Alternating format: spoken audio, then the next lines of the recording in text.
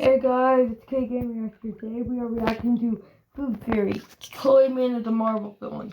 As you can see, this is a spin-off of the Game Theorist by MapPat, who has made Game Theories and Film Theories. If you want me to react to one of those videos, I will, but right now I will react to the entirety of the Food Theory series.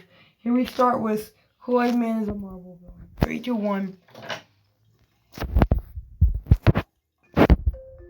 Kool-Aid Man, got a question for you. Are you the jar, or are you the liquid inside your jar? I got a question for you. Are you the ugly face or the know-it-all inside the ugly face? Oof. It wouldn't matter if he said, are you the FNAF man or a man who analyzes too much over the inside the FNAF man? Yeah, pretty rude, ain't it? Yeah. Are you drinking yourself? Oh Oh yeah. shit. Yo, this is a badass video. You have all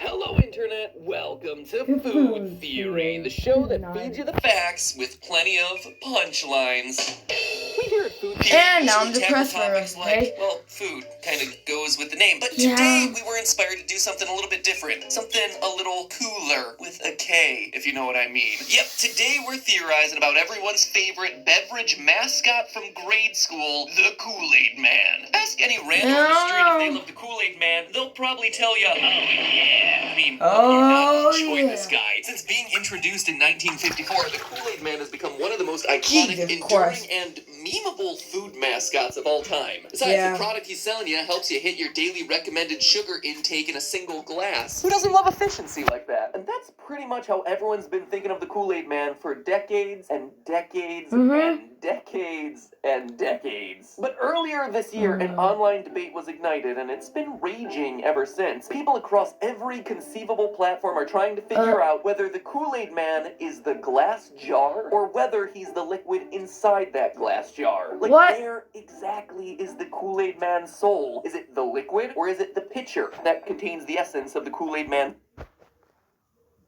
Jesus Christ, I never thought of that. Hold on, let me pause for a second.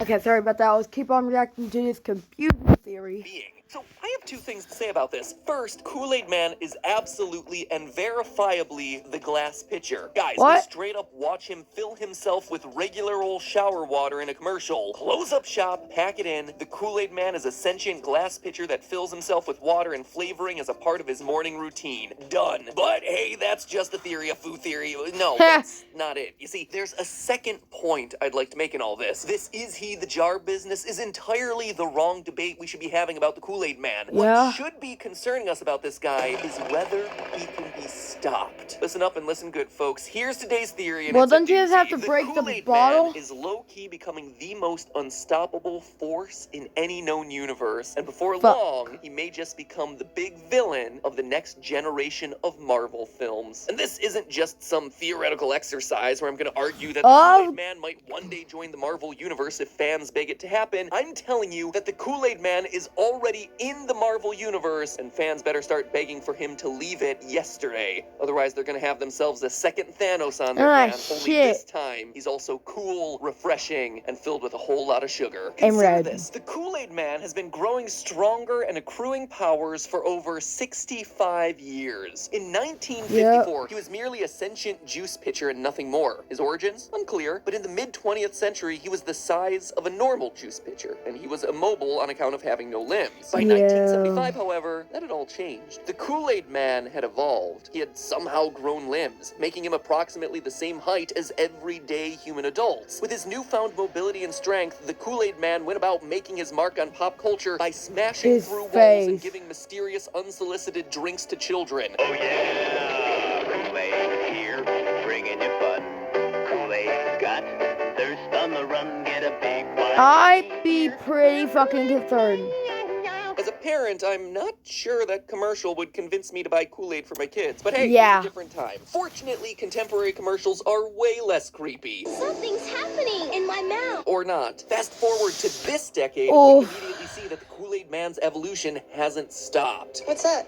Some Kool-Aid liquid, squirt some in the water, and boom, Kool-Aid. Okay, so his voice definitely isn't as good as it used to be back in his oh yeah days, but everything else about him has evolved, like his size. In the 70s, he may have been approximately 6 feet tall, but these days he is absolutely towering over human beings. By my calculations, Kool-Aid Man is 32% taller than the woman opposite him in this commercial from 2014. The average height of an American woman is 5 foot 4 inches, which would put the Kool-Aid Man's Oh height my at God. just over 7 feet. Oh. And never mind the fact that the Kool-Aid Man also now possesses the ability to straight up inhabit any non-living object that he desires. I'm gonna say that again because there's a good chance that the adults out there haven't checked in on the old Kool-Aid Man for a decade or two. Yeah, I like a repeat, boomer. 21st century Kool-Aid Man can transform himself into any non-living object he desires and make it Thanos living. Kool-Aid, He's Thanos basically Kool-Aid. like, I don't know, Mystique for non-living objects? I mean, this ain't your grandma's juice pitcher with a face. For one thing, your grandma's juice pitcher is made of glass, and the Kool-Aid Man is made of something not glass. How can we be sure? Because of this revealing moment.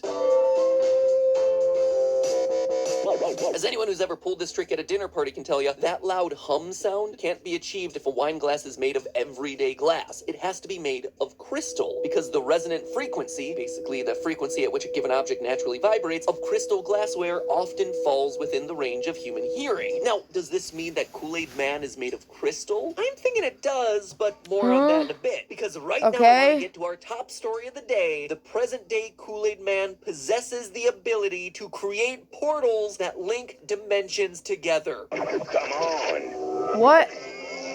Oh my Plus, he's been gaining fucking strength and God. powers non-stop for 66 years and shows no signs It would have been of better if slowing it was down. 69. In fact, it's just the opposite. Dude could be immortal for all we know because he's gaining powers at an accelerating rate. And Ah, that's shit. We'll precisely be what dead makes him and so dangerous. Kool-Aid Man's still Loyal gonna be theorists, kicking there's that no balls. telling how powerful the Kool-Aid Man might become if he goes unchecked. Now, at this point, you might be saying to yourself, so what, Matt Pat? Let the Kool-Aid Man become powerful inside his isolated little Kool-Aid universe. Well, that's precisely where that's you're the problem. wrong, Jack. Because get this, Kool-Aid Man is part of the Marvel Universe. Yeah, that is officially canon. And we're not talking about some little cameo here either. In 1983, he got his own Marvel comic book series, The Adventures of Kool-Aid Man. Oh, Consumers were encouraged to shit. mail in proof of purchase seals in order to collect the comics, which featured the Kool-Aid Man battling evil creatures called Thirsties on Earth, throughout outer space, and even through time. This is not a joke. The Kool-Aid Man is a superhero who saves Earth from thirst. Again, and I cannot stress this enough, this is Marvel canon. Here Well, is then the why Kool-Aid didn't he Man show up at the explicitly end of the referring game? to the Amazing Spider-Man in 1983. I repeat, the Kool-Aid Man's comic books link him to Marvel's mainline 616 universe. Precisely the same Marvel universe as the Avengers, as Spider-Man, as the X-Men, as basically every other Marvel character you care about. And even if it weren't the mainline 616 universe, it wouldn't matter. Thanks to Spider-Verse and Endgame, universe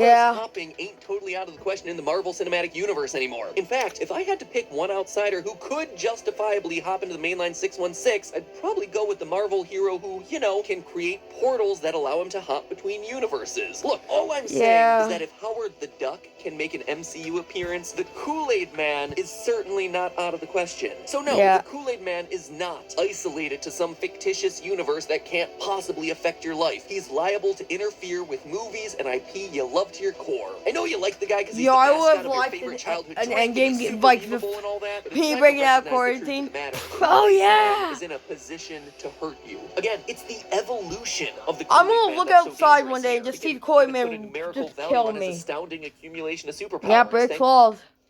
So if you give a dog an egg, you know how gentle it is.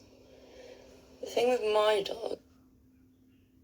Thanks to Marvel's Power Grid. If you're unfamiliar with the Marvel Power Grid, the website Fandom describes it like this. Quote, the Power Grid is the means by which the proficiency of any given character in 6 different areas of prowess is officially quantified and ranked. In any given area, 1 represents the lowest and 7 the highest rank achievable. So the Power Grid is the official metric of measuring superpowers across the Marvel Universe, which means that we can apply the Power Grid to Kool-Aid Man. In 1954, his Power Grid scores couldn't be more straightforward. 50s Kool-Aid Man gets the lowest scores possible. Straight 1s across all 6 categories. As far as intelligence is concerned, he communicates only through simple song phrases he learned by rote. Be sure that the envelope says 50s era Kool-Aid Man has no limbs, which means he's completely immobile. He has no speed, Aw. fighting ability, Aw. or strength to speak of. He exhibits no evidence of energy projection, and his durability is never put to the test. As a result, he's basically the crappiest hero you could ever imagine, with a combined power grid total of 6. By the time the 70s roll around, though, the Kool-Aid Yeah, Man has he's grown got himself some bones. limbs. While 70s era Kool-Aid Man is technically mobile, he's not quite fast enough to be considered of normal speed like Wolverine and Captain America are. So he remains at a 1 for speed. However, the durability department is where the 1970s Kool-Aid Man shines. 20 years ago, he was just the glorified equivalent of a paperweight. Now he's bursting through walls without a scratch to show for it, meaning that he's more durable than an average human.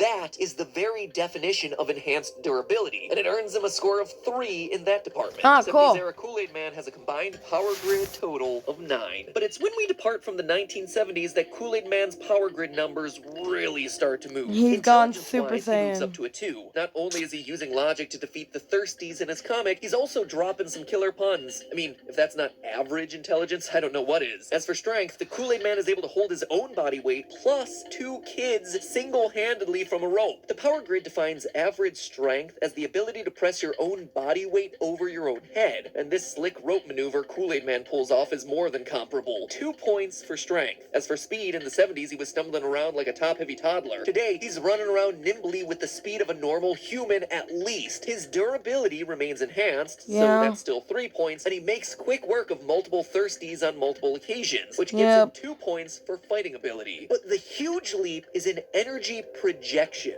Folks, the Kool-Aid Man is suddenly capable of projecting light energy, portals, snow. Let's go! What? That's right, the Kool-Aid Man can create his own snow. He can project multiple Ah, types of energy, fuck. which actually makes him a level 6 in this category. Present-day Kool-Aid Man has a cumulative power score of at least 17. In terms of cumulative points, that puts Kool-Aid Man right on the heels of Earth 616 Spider-Man, Earth 616 Wolverine, and even Professor X. Never mind the fact that he's capable of some insane things the power grid doesn't even have explicit categories for, like the ability to hop between universes, or the ability to inhabit pretty much any non-living object you can imagine. At this rate, where will he be 40 years from now? 10 years? 1 year? Point is, we're running out of time. Soon, nothing will be able to stop the Kool-Aid Man. And as a matter of fact, he might already be too late. Remember earlier when I mentioned that the Kool-Aid Man might be made of crystal? That's because he exhibits powers eerily similar to those of the Queen of Crystal Heart herself, Emma Frost, whose crystal of choice is organic diamond. Emma, who's from the X-Men canon, which is a Marvel property, which means that the Kool-Aid Man may just be made of the same type of crystal as Emma. When in her diamond form, Emma Frost becomes translucent, but maintains mobility, and she's virtually indestructible. Remind you of anyone in particular?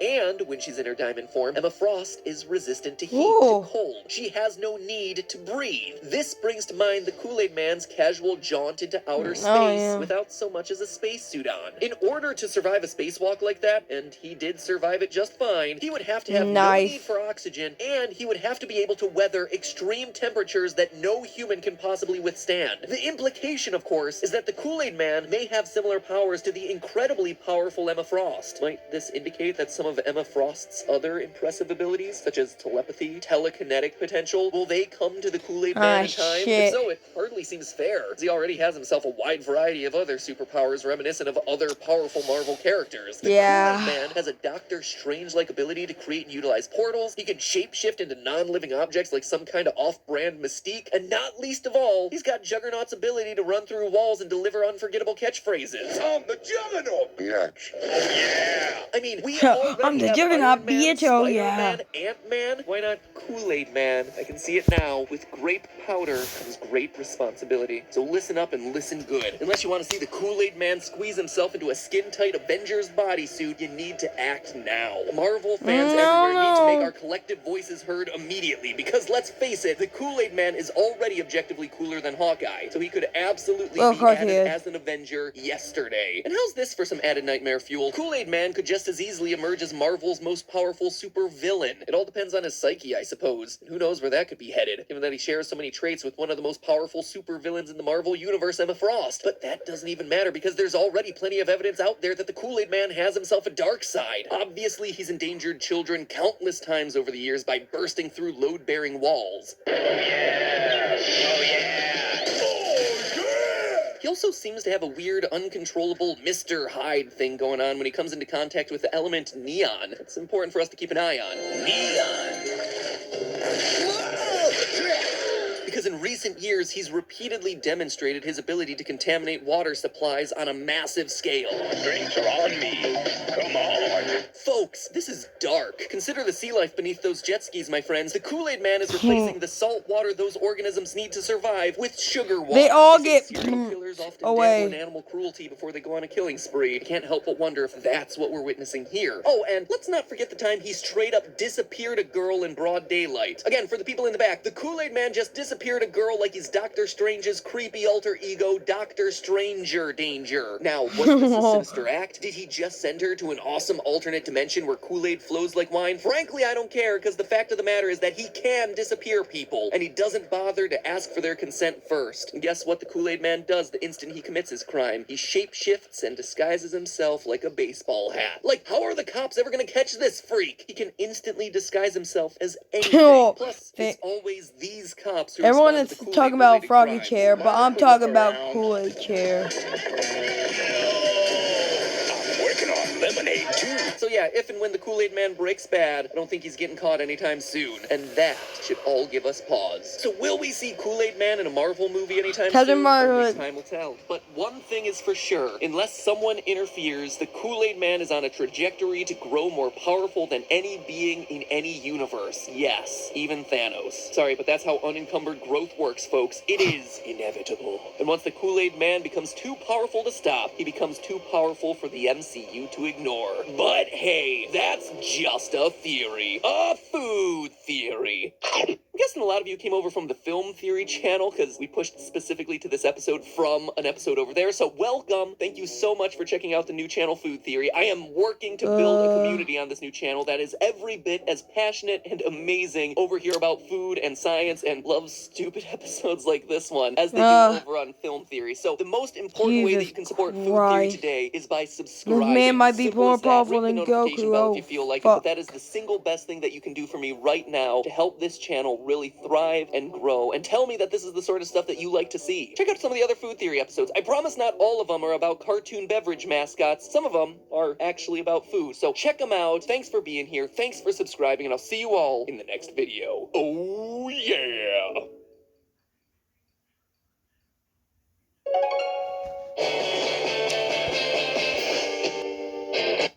That was good. I'm not gonna lie. That was a great episode. I plan on reacting to more of this. I'm sorry I was silent. I'm just kind of tired. Talk to you guys later. Bye.